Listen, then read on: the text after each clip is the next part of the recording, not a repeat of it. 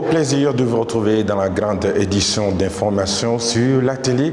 Totalement vôtre, mesdames et messieurs, les titres. Les ministres en charge de la défense des pays de l'AES viennent de valider la création d'une force unifiée en vue de contribuer à la paix et à la sécurité de leur espace. Explication dans ce journal. La communauté musulmane, à l'appel du Haut Conseil islamique du Mali, a organisé une journée de prière collective pour la paix, la cohésion sociale et le retour de la paix au Mali ce samedi. Plus de détails sur cette initiative du Haut Conseil islamique du Mali dans quelques instants. Les jeunes et les adolescents de Mopti sont désormais acquis à la cause de l'environnement et de la salubrité, dotés des moyens de reboisement et de salubrité dans le cadre U-Climat Action. Ils sont désormais engagés pour la protection de l'environnement à Mopti. Voilà pour le sommaire.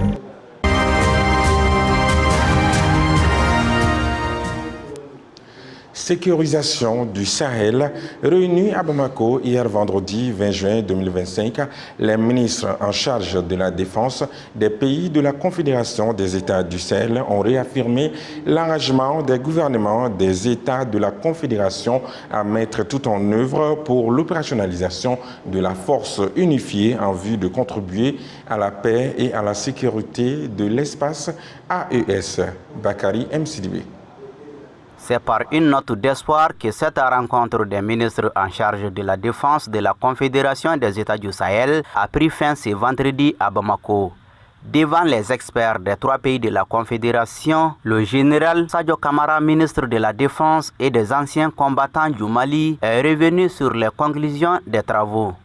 Nous avons évalué avec lucidité les opérations conjointes menées jusqu'à présent, en identifiant les réussites, mais aussi les défis qui subsistent, afin d'en tirer les enseignements nécessaires pour renforcer notre efficacité sur le terrain. Examiner et approuver les modalités pratiques de la mise en place opérationnelle de la force unifiée de l'AES, une avancée majeure vers une défense intégrée et souveraine de notre espace commun. Adopter un avant-projet de protocole additionnel en matière de défense et de sécurité qui constituera le socle juridique de notre coopération renforcée et l'expression concrète de notre volonté d'agir ensemble. Selon les ministres de la Défense, cette vision n'a autre but que d'assurer la sécurisation de l'espace sahélien tout en respectant les droits de l'homme, affirmer la souveraineté et défendre les intérêts vitaux des peuples de l'espace. Les ministres ont réitéré leur attachement au respect des droits de l'homme, de la souveraineté et au principe de la solidarité. Les ministres ont salué la vision éclairée de leurs excellences, le capitaine Ibrahim Traoré, président du Faso, chef de l'État, le général d'armée Assimi Goïta, président de la transition, chef de l'État de la République du Mali et président de la Confédération AES, et le général d'armée Abdourahmane Tiani, président de la République du Niger, chef de l'État. Les conclusions qui seront soumises à l'appréciation des chefs de l'État de l'AES marquent un tournant décisif qui traduit l'engagement collectif et résolu de la Confédération à faire face aux défis sécuritaires avec solidarité, pragmatisme et détermination. Parlons à présent de l'actualité de nos femmes. Dans le cadre des opérations antiterroristes, les forces armées maliennes, FAMA, ont intensifié leur mission dans diverses localités des théâtres de l'opération Dougoukoloko, notamment à Farabougou, Sokolo, Nampala, Léré, Mourdja, Gao, Tombouctou et Gossi. Ces interventions récentes ont conduit à la neutralisation de terroristes, à la libération d'otages civils et à la saisie de matériel divers. Dans le secteur du centre, le 18 juin 2025, une mission de reconnaissance offensive a permis d'éliminer 2 terroristes. Au sud, à Moudja, le 19 juin, les FAMA ont mené plusieurs actions offensives dans les localités de Bamandjougou et environ. Ces opérations ont abouti à la libération de 3 otages et la neutralisation de 4 terroristes. De plus, les FAMA ont saisi des motos, des pistolets mitrailleurs avec chargeurs, des radios, des smartphones et divers documents. À l'Est, le 19 juin 2025, une mission aérienne de surveillance a permis de neutraliser un pick-up suspect dans le secteur de Kidal, transportant munitions et carburant. Le 20 juin 2025, les FAMA ont de nouveau agi dans les localités de Gossi où une mission de reconnaissance offensive a entraîné la neutralisation de 2 terroristes ainsi que la récupération de matériel varié. À l'initiative du Haut Conseil islamique du Mali, une prière collective pour la stabilité, la cohésion sociale et le retour de la paix au Mali a eu lieu ce samedi à la grande mosquée de Bamako, occasion pour les fidèles musulmans de faire des bénédictions pour le Mali. Bakari Msidibé nous revient. Cette journée de prière a mobilisé toute la communauté musulmane sans distinction de tendance. Les leaders religieux ont pris d'assaut la grande mosquée de Bamako pour implorer Dieu à travers la lecture du Saint-Coran, des bénédictions et surtout des conseils aux fidèles musulmans en vue d'un retour rapide et effectif de la paix sur l'ensemble du territoire national. Cette cérémonie de prière collective a été présidée par le ministre chargé des Affaires religieuses, Dr Mahamadou Kone. Ces derniers, après avoir salué cette initiative du Haut Conseil islamique, a informé les leaders religieux des efforts multiples déployés par les autorités pour la stabilité et la cohésion sociale. Au cours de cette journée de prière, le ministre Kone a transmis à la communauté musulmane les salutations et considérations du chef du gouvernement et celles du président de la transition pour cette initiative patriotique.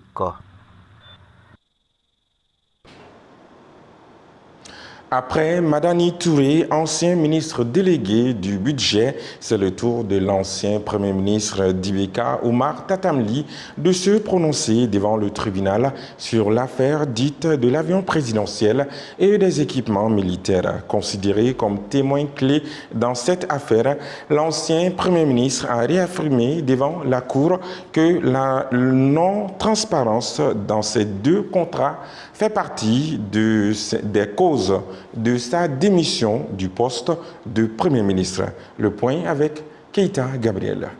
Premier ministre du Mali, au moment des faits, Omar Tatamli était devant la cour d'assises pour témoigner dans le procès de l'affaire dite de l'avion présidentiel et des équipements militaires. Et c'est par visioconférence qu'il a été entendu ce vendredi 20 juin 2025 dans la matinée, tout comme son ministre délégué chargé du budget l'a été hier jeudi. Lors de son audition, Omar Tatamli a expliqué avoir eu connaissance des 2 contrats en partie, avant d'ajouter que la non-transparence dans ces contrats fait partie des raisons qui l'ont poussé à démissionner de son poste de Premier ministre. L'ancien ministre de l'économie et des finances, Félix Sissoko, suspecté dans cette affaire, a eu des contradictions avec son Premier ministre au moment des faits. Omar Tatamli sur les dossiers des équipements militaires et de l'avion présidentiel. M. Lee dit n'avoir pas été associé au projet d'achat de l'avion présidentiel et qu'il a appris par voie de presse et par 2 échanges avec le ministre de la Défense et le ministre de l'économie et des finances de l'époque. Il a ensuite nié toute implication dans le dossier des équipements militaires. Les enjeux de ce procès vont au-delà des accusations individuelles touchant de nombreuses personnalités, dont des anciens ministres et des officiers supérieurs de l'armée, tous impliqués dans cette affaire qui remonte au début du mandat du défunt président Ibrahim Boubacar Keïta. La complexité et la gravité des accusations pourraient prolonger la durée du procès d'ores et déjà tumultueux. Le procès suscite un grand intérêt populaire et réserve à chaque audience de nouvelles rebondissements et de nouvelles révélations. Direction Mopti, où les jeunes et les adolescents sont désormais engagés pour l'environnement. Ils viennent de recevoir des installations de reboisement et de salubrité hier vendredi 20 juin 2025 dans le cadre du lancement officiel des U-Climat Action à l'école de Sarema. Une initiative du projet Jatgiafon Mopti, adolescents et jeunes engagés pour la résilience climatique à Mopti, qui est mise en œuvre par la Direction régionale du développement social avec le soutien financier de l'UNICEF au Mali. Moussa Traoré. Ce lancement officiel des Youth Climate Action marque une initiative visant à mobiliser les jeunes et à renforcer leur rôle dans la lutte contre le changement climatique et la promotion du développement durable, en particulier dans les établissements scolaires. Cette initiative portée par le système des Nations Unies à travers l'UNICEF vise à encourager l'engagement des jeunes, en particulier les filles et les garçons, dans la lutte contre le changement climatique, en les formant et en leur donnant les moyens d'agir comme des agents de changement. Un espace d'animation, un espace de sensibilisation de la population, surtout que nous sommes aujourd'hui, n'est-ce pas, au niveau, n'est-ce pas, d'une école sur laquelle les jeunes sur lesquels nous comptons beaucoup, qui sont, n'est-ce pas, le porteur, n'est-ce pas, du flambeau de demain, seront, n'est-ce pas, beaucoup plus sensibilisés, beaucoup plus informés et beaucoup plus, n'est-ce pas, aguerris, n'est-ce pas, à émettre, n'est-ce pas, les idées ou, n'est-ce pas, les actions de changement climatique. Avec la collaboration des You Reporters, cette initiative est mise en œuvre dans 3 écoles publiques de Mopti, à savoir Sarema, Medina Kroua et Soufroulaye. Elle permettra, selon les autorités scolaires, de transformer les vulnérabilités de la région en levier de développement en s'appuyant sur la jeunesse comme acteur clé. Après la formation du club ECO par le développement social à travers l'UNICEF, les enfants sont revenus et ils ont mis la main à la pâte. Et vous voyez, on a déjà creusé 100 trous. Ça, c'est pour faire la plantation de 100 arbres. Il s'agira de procéder à la réception des installations du système de l'aquaponie, faire la remise des matériels d'assainissement, lancer les activités de reboisement et de salubrité de l'école. Je ne saurais terminer mon intervention sans adresser mes sincères remerciements aux partenaires techniques et financiers, notamment pour l'UNICEF, pour leur appui précieux et multiforme pour l'amélioration des conditions de vie de la population. La cérémonie de lancement a été aussi marquée par des activités de plantation d'arbres, la visite guidée du bassin d'élevage de poissons ainsi que la réception d'installations de reboisement et de salubrité. L'activité entre dans le cadre du projet Jatgiafon Mopti, adolescents et jeunes engagés pour la résilience climatique à Mopti, mise en œuvre par la Direction régionale du développement social et de l'économie solidaire, soutenue financièrement par l'UNICEF au Mali. L'équipe AS Wassolon de Yanfoyla en partant à Kenya pour la première journée de la phase de Ligue du championnat régional D3 de Sikasso a été victime d'un accident de circulation entre Nina et Sikasso. L'accident a fait une vingtaine de blessés, dont 3 cas graves selon des sources locales. Après les premiers soins à Nina, les 3 cas graves ont été transportés à Bougouni pour des soins complémentaires. À cause de cet incident tragique, le match a été reporté à une date ultérieure. L'Hôtel de l'Amitié a abrité hier soir la cérémonie de la 2e édition du Trophée de l'Espoir, un événement dédié à la reconnaissance des jeunes talents maliens porteurs de changement. Organisé par l'association Codelanton en partenariat avec Afrive Mali et Marabel, cette cérémonie a une fois de plus mis en lumière des parcours inspirants des jeunes dans divers domaines du développement socio-économique et culturel. La Sendiakité Binta Bourdo. Placée sous le haut parrainage de Mme Traoré Fatoumata Mbarka Mitamoudi, présidente de l'association Asia Mali, la soirée a rassemblé un public composé des responsables d'associations, d'acteurs culturels, de jeunes entrepreneurs et de représentants des médias. Pour les organisateurs, le trophée de l'espoir est décerné à des individus ou des organisations qui incarnent l'espoir d'un avenir meilleur pour leurs actions inspirantes, leur résilience ou leur impact positif dans la société. L'avenir du Mali appartient à ces jeunes qui ont accepté de travailler pour subvenir à leurs besoins sans complexe. Ce soir, nous aurons l'immense honneur de remettre le trophée aux jeunes paysans, mécaniciens, stylistes, Nous invitons aussi les artistes, comédiens, jeunes entrepreneurs et influenceurs qui vont recevoir le trophée de l'espoir et être les ambassadeurs de cette belle cause en sensibilisant les jeunes à accepter le travail. Une occasion pour les récipiendaires de partager avec les autres participants de la nuit leur parcours et les défis relevés. Tout en remerciant les organisateurs, les récipiendaires ont insisté sur l'importance du soutien communautaire. Oui, cet événement, c'est une bonne initiative. Nous, on a eu notre trophée d'espoir 2023. Donc cette fois-ci, on est là, on est parmi les sponsors. Et puis c'est un événement qui encourage les jeunes, qui est vraiment intéressant. Et puis surtout les jeunes créateurs, les jeunes qui sont ambitieux de faire le travail. Dans son discours d'ouverture, la représentante de la marraine de la soirée a salué l'initiative et encouragé la jeunesse à ne jamais renoncer face aux difficultés. Elle a également félicité les organisateurs pour cette tribune d'encouragement des jeunes qui incarnent un avenir prometteur pour notre pays. Ces trophées que nous célébrons aujourd'hui, ce n'est pas seulement des récompenses, mais symboliques des reconnaissances pour ceux et celles qui œuvrent pour un avenir meilleur, porteur d'espoir et de changements positifs. Je les encourage à poursuivre leur chemin en continuant à croire en eux-mêmes et à leur capacité à former leur vie et celui de leur entourage. Je souhaite que cette soirée soit riche en rencontres, en échanges et en partage d'espoir. Par ces rendez-vous annuels, le trophée de l'espoir s'impose désormais comme un levier de valorisation de la jeunesse malienne engagée, dynamique et tournée vers l'avenir.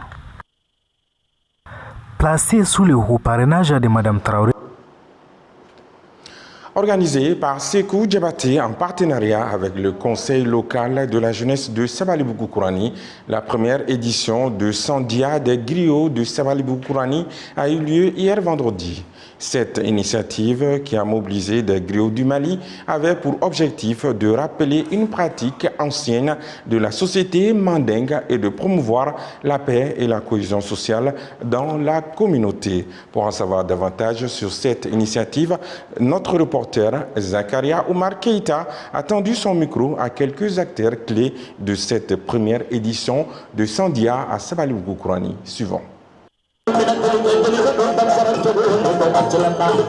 Avant, après les récoltes, les nobles, qu'on dise les Djatigi, eux, ils rassasaient leur Nyamakala. Maintenant, après avoir rassasié leur Nyamakala, maintenant, les Nyamakala à leur tour, maintenant, eux, ils vont dire, bon, faisons plaisir à nos Djatigi. Donc, Sandia. Sandia, c'est en Bamanankan, ça veut dire l'année a été bonne. Voilà. Je lance un appel aux autorités de nous aider pour que nous pouvons essayer de faire ce genre d'édition dans toutes les zones du Mali. C'est juste seulement défendre la culture malienne dans tous les aspects. Et surtout défendre les morales, intérêts des Nyamakala du Mali. C'est juste le développement de la culture malienne. Moi, je suis très émue.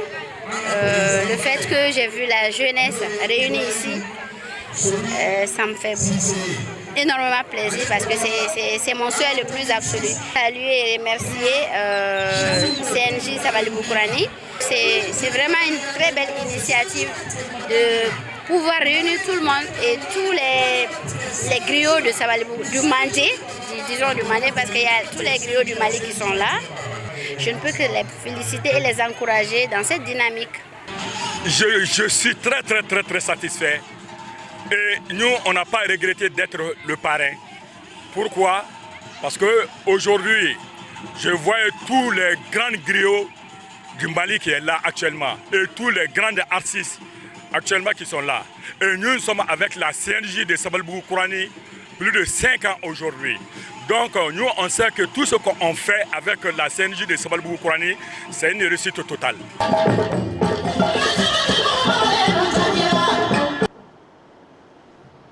L'épaule ne fuit pas le bras parce qu'il est malade. Proverbe africain. Excellent week-end à tous. À très bientôt.